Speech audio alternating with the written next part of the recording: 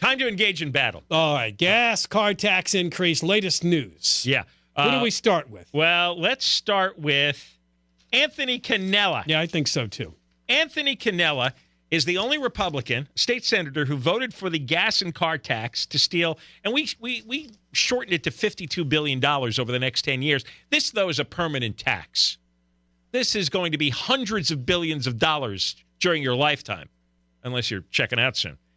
And Anthony Cannella sold his vote, was bribed by Jerry Brown to sell his vote because he should have been a no, and he turned into a yes so he could get some train extension through his ratty little district. The ACE train.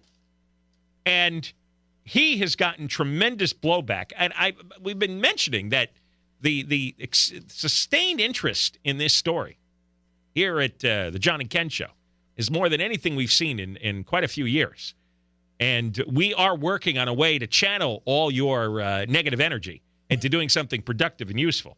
But Cannella has gotten the brunt of it. He told the Sacramento Bee and reporter Taryn Luna that apparently people, hundreds, are calling his personal cell phone and his home, and they are sometimes threatening.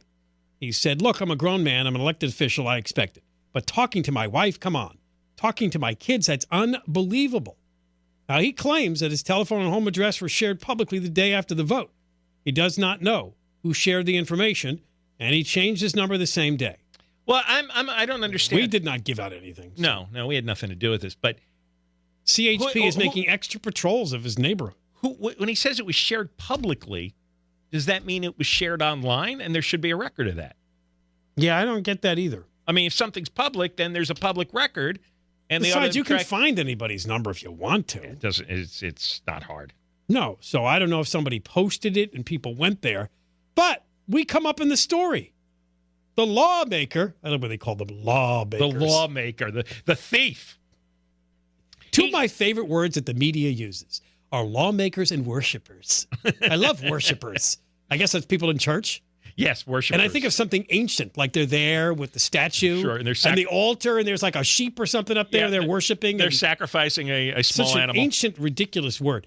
The lawmaker said State Senator Jeff Stone, Republican Temecula, made matters worse when he suggested Cannella might personally benefit from the Altamont Corridor Express, that's the ACE Train project, during a radio interview on the John and Ken Show.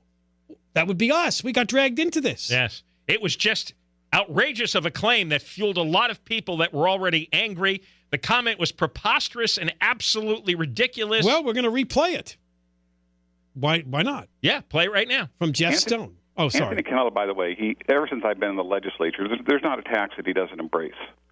And I don't know if you know this, but he's a civil engineer by trade, and he owns a civil engineering company.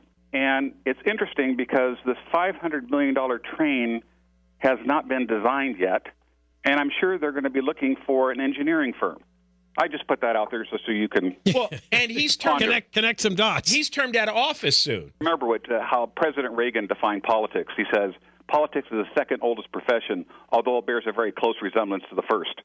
Yeah, and boy, does that resonate here today. Right. Yeah, that came up, too, in this story, that there was an inference to prostitution. Well, these are professional prostitutes, and they're criminals. They're stealing money from taxpayers, and they prostitute themselves with other politicians. Jerry Brown said, hey, would you bend over? And Cannella said, yeah, sure. And I believe, too, I should look this up, but I think they also got some sort of exemption for liability for these civil engineering firms and some of these projects. Something like that also got stuck in there. When he gets termed out, he goes back to his civil engineering company, right? Of course he could bid on these state contracts. Oh, number one lobbyist. How many guys, once they're termed out of office, end up working for the government on the inside in an unelected job, or work on the outside as a lobbyist or as a contractor? Yeah. Because they know, the guy who just quit as the CEO of High Speed Rail used to be an executive with the company who got the contract to build High Speed Rail.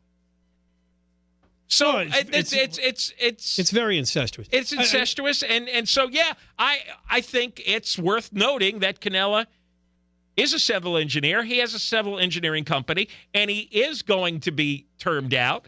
And this train in his district hasn't been designed yet. Now, I don't know how many. They reached out to Jeff Stone for a response. The state senator said, well, it's not true about the personal information of Cannella's. Completely not true. If you want to examine my cell phone, I'm happy to give it for any forensic companies.